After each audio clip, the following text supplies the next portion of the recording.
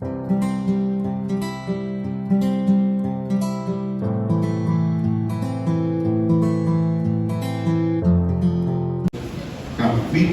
13, a partir do versículo 21. Glórias a Deus. Deus abençoe o corpo de obreiros, a igreja do Senhor, muito bonita neste lugar. Deus continue abençoando, prosperando em tudo, porque Ele é quem faz isso. Versículo 21 diz assim: tendo Jesus dito isso, perturbou-se em espírito e afirmou: em verdade vos digo, que um de vós me trairá. Os discípulos olharam uns para os outros sem saber de quem ele falava. Um de seus discípulos, aquele a quem Jesus amava, estava reclinado próximo a Jesus.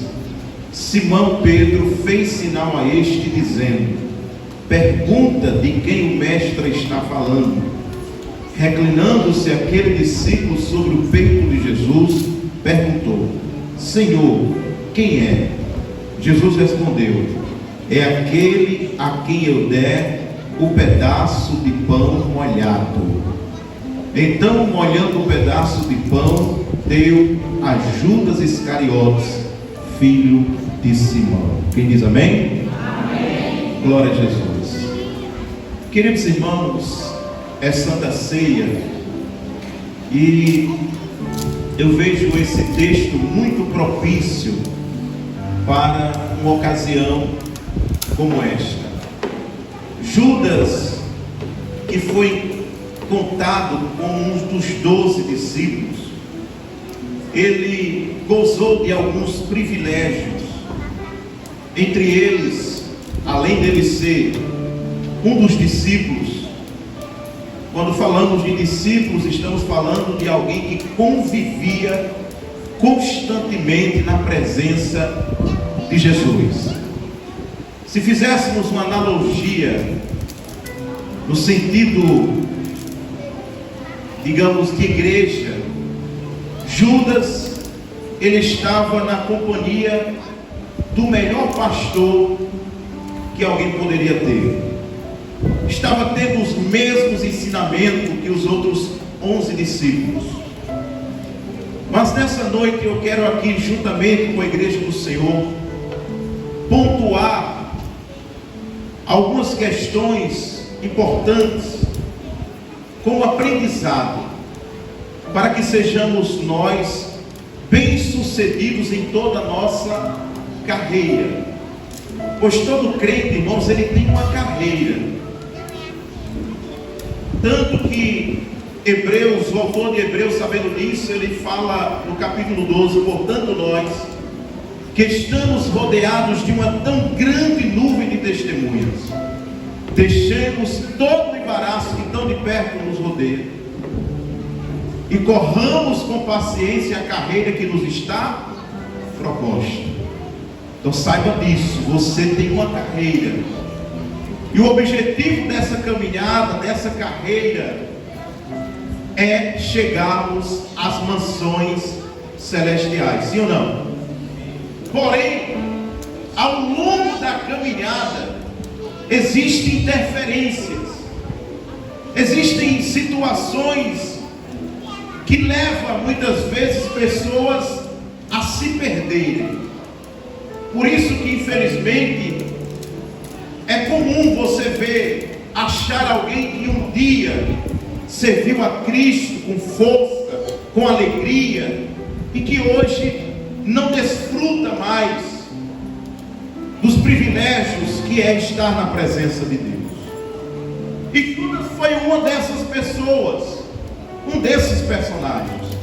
Judas, além de ser discípulo, ele recebe, por exemplo, um cargo de extrema confiança.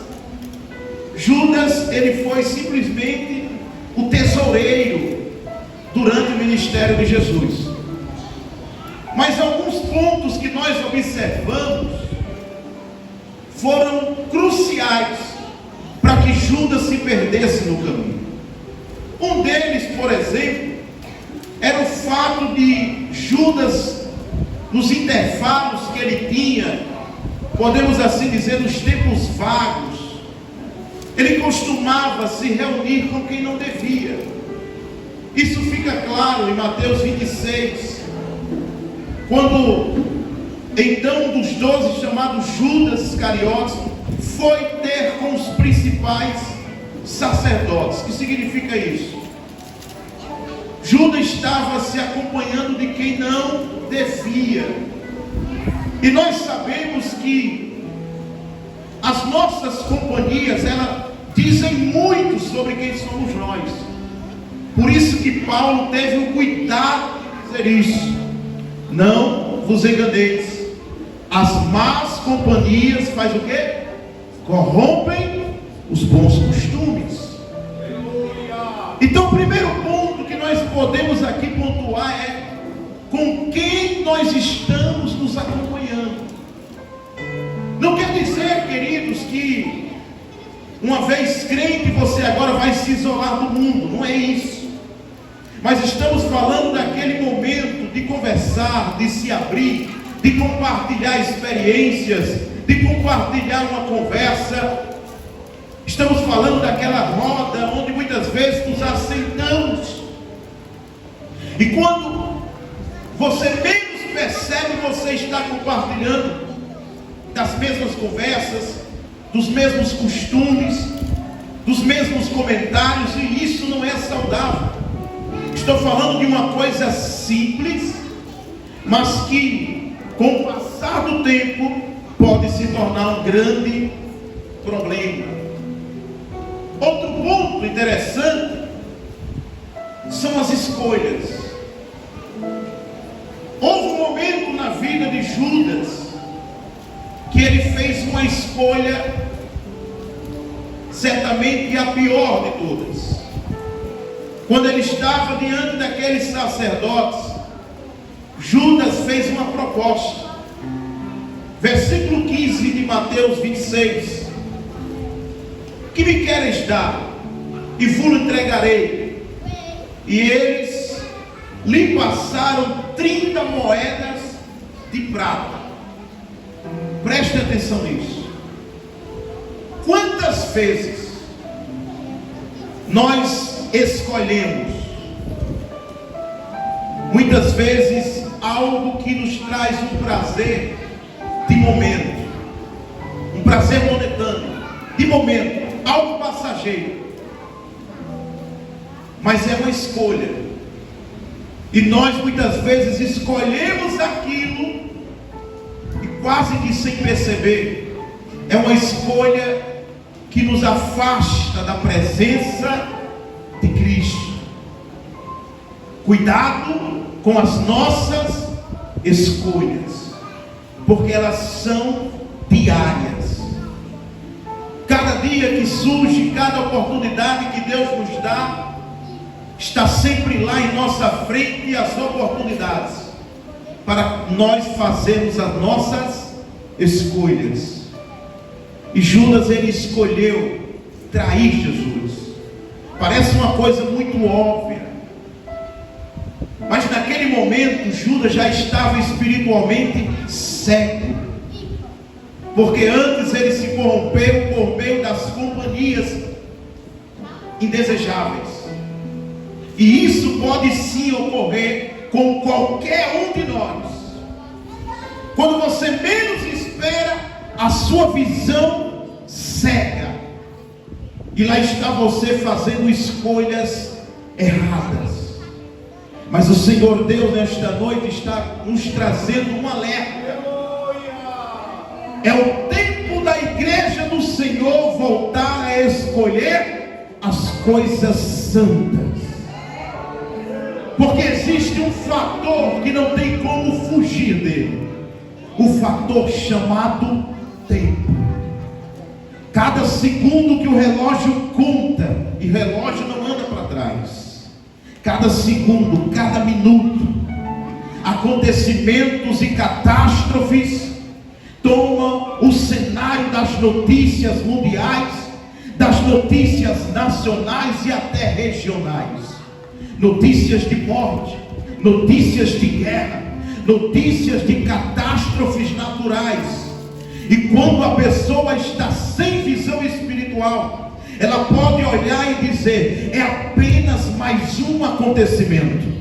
Mas quando os olhos espirituais estão antenados, quando os olhos espirituais estão com o colírio de Jeová, ele consegue ver além. Isso não é apenas mais um acontecimento, isto é o sinal da volta de Jesus.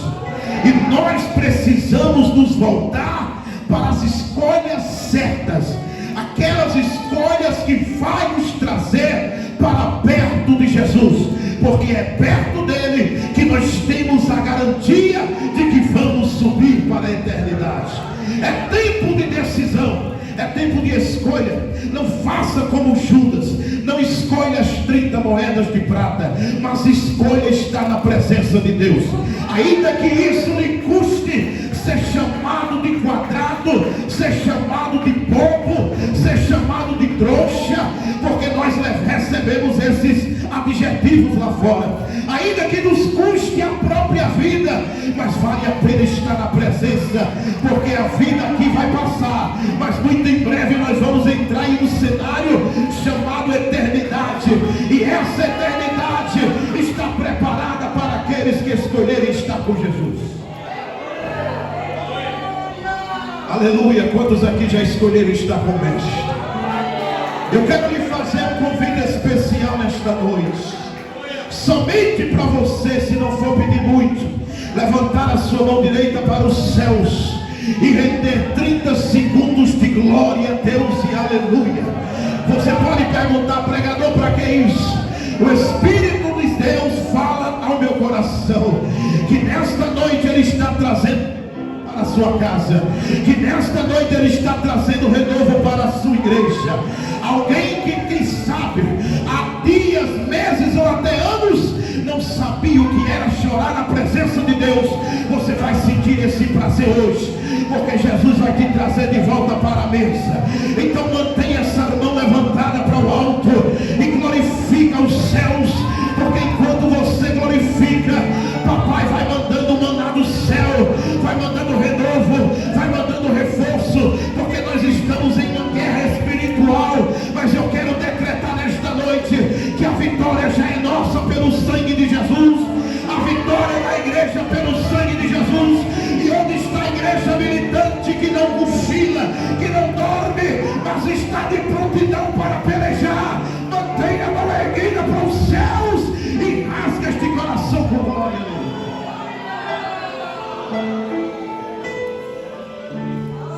Aleluia. Aleluia. Agora preste atenção. O caldo vai engrossar só um pouquinho. Eu quero mostrar a vocês que apesar das escolhas de Judas, ele ainda teve uma última oportunidade. Essa oportunidade está exatamente no texto que nós lemos. Os judeus, eles têm uma cultura de usar muito a simbologia. Cada objeto, cada detalhe representava algo na cultura judaica. Por exemplo, a cultura do lenço. Quando o noivo chegava na casa da noiva e deixava lá um lencinho dobrado, era uma mensagem, sim ou não? Que mensagem era essa? Eu vou me preparar e vou vir casar com a sua filha. Era a mensagem que ele transmitia para os pais. E existia também uma cultura que quando o anfitrião da casa, o dono da casa, o dono da festa, ele recebia alguém, preparava um banquete. E segundo a cultura judaica, quando o anfitrião molhava o pão, preste atenção nisso, quando ele molhava o pão no vinho, na bebida, no suco, no que você quiser chamar, e oferecia para alguém, ele também estava transmitindo uma mensagem. E que mensagem era essa? Eu me agradei da sua presença. eu quero que você permaneça comigo na minha casa. Eu quero que você permaneça na mesa. Esta era a mensagem. Então, quando João se reclina no peito de Jesus e pergunta: mestre, quem é que vai lhe trair? Aí Jesus diz o quê? A quem eu dou o quê? O pão molhado. Jesus estava dizendo para Judas, sabe o quê? Judas, eu já sei o que está no seu coração, mas eu estou lhe dando uma última chance, Judas. Não saia da mesa, Judas. Fica, Judas. Somente Cristo, para saber que estava prestes a ser traído, mas ele olha para o traidor e diz: fica na mesa. E Judas, como judeu, sabia disso. Era como se ele dissesse: ele está me chamando para ficar na mesa. Essa foi a última chance que Jesus estava dando a Judas. Fica na mesa, Judas. É que apesar de você me trair, eu não posso fugir da minha essência. Eu continuo sendo amigo. Eu continuo sendo conselheiro. Eu continuo sendo bom pastor. Judas, fica na mesa. Deixa eu apertar um pouquinho o parafuso agora. É que a história se repete hoje. Tem muita gente afastada da mesa. E Jesus nesta noite está ofertando um bocado de pão molhado e te dizendo: meu filho, minha filha, fica na mesa. Não saia da mesa, porque fora da mesa você corre perigo. Mesa é lugar de comunhão. Mesa é lugar de abraço, de carinho, de amor. Mesa é lugar de fartura. Jesus está dizendo para a sua igreja nesta noite: eu quero você na mesa.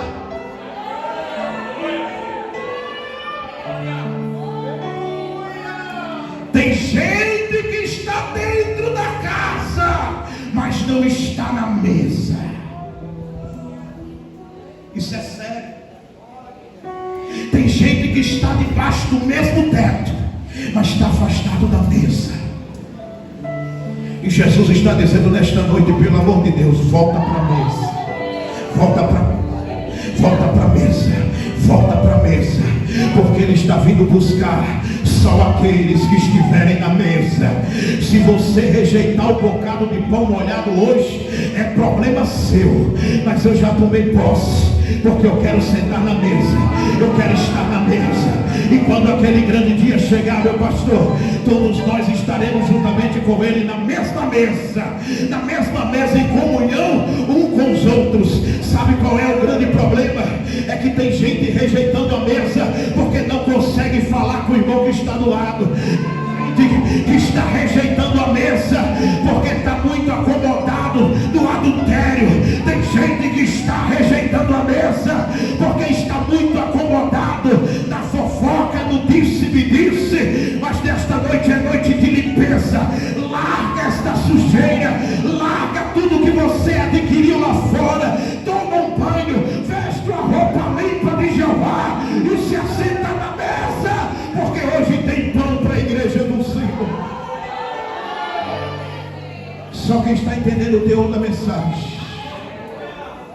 Você vai me ajudar a pregar? Levanta essa mão mais uma vez. Se chateie comigo não. Mas eu sei daquilo que Deus está falando nesta noite. Você pode enganar sua mulher. Você pode enganar o seu pastor. Mas ao dono da mesa você não engana. O dono da mesa sabia: alguém vai me trair. O dono da mesa já sabia. Ele sabe, porque ele sonda o coração. Eu falei que o negócio ia estreitar, mas deixa eu te dar uma palavra de consolo. É melhor o negócio estreitar aqui, para que haja conserto, do que você partir para a eternidade sem estar na mesa. É melhor o sapato arrochar um pouquinho aqui e você vir chorando para os pés da mesa, do que quando a porta se fechar, não haver mais tempo para você se arrepender. Quando você procurar a mesa, vai encontrar tudo vazio, porque o dono da mesa já levou a sua noiva, já levou a sua igreja. Mas nesta noite o dono da mesa está dizendo: ainda há tempo, ainda há tempo, ainda há tempo de comer do pão molhado. Não saia daqui nesta noite sem se assentar na mesa. Você pode até estar na casa, mas para Deus só serve se estiver na mesa. Você pode até cantar bonito, mas para Deus só vale se você estiver na mesa.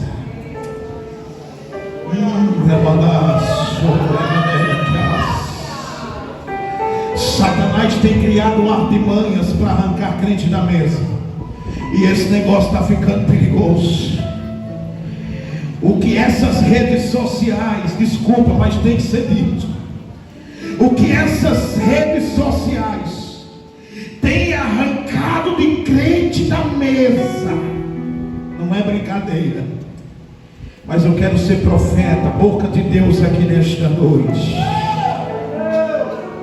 Há uma parcela de remanescentes que não serão atingidos por essa banalidade que está sendo pregada muito afora. Eu prefiro ser do interiorzinho como esse, do que ser de uma capital onde já se corrompeu, onde não tem mais quase ninguém na mesa. Ei, igreja, se prepare, porque o dono da mesa está preparando um banquete lá nas mansões celestiais. Quem vai fazer parte? Quem vai? Só quem está seguindo ele, quem vai? Adore. Só quem vai fazer parte da mesa. Adore, é doido de comunhão, é doido de voltar à mesa.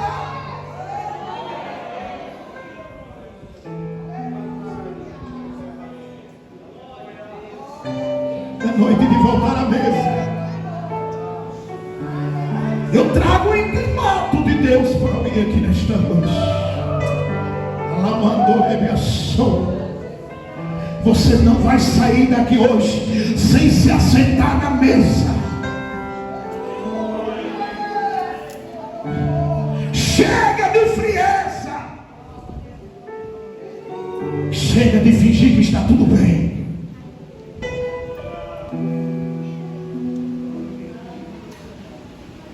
O pai de família, quando reúne a sua família, vem cá minha esposa, vem cá os filhos, netos, se assenta todo mundo na mesa. E às vezes quando tem um que fica afastado, fazendo birra, é porque não está bem. O pai vai lá, consola, conversa: meu filho, venha para a mesa, os seus irmãos estão aqui, toda a família está aqui reunida. E nesta noite é como se Deus estivesse fazendo a mesma coisa. Ele quer você na mesa. Ele quer você na mesa.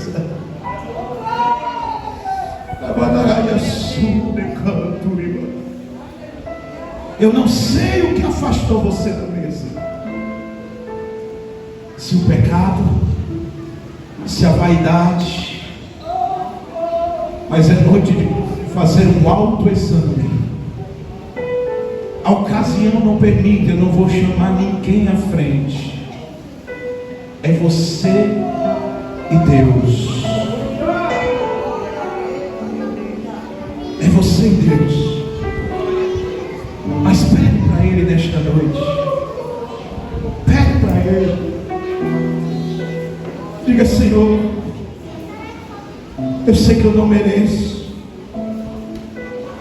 mas me deixa participar da mesa. Me aceita de novo na sua mesa.